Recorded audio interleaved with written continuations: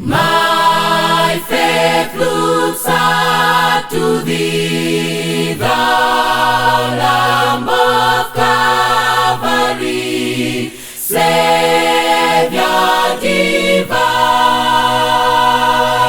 Now hear me while I pray.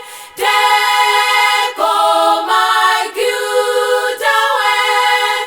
Oh, let me from this day be wholly thine.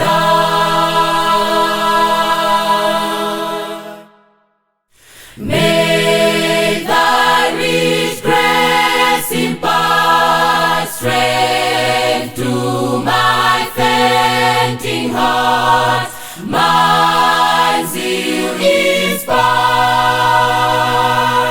As thou hast died for me, oh, may my love to thee, pure and changeless, be a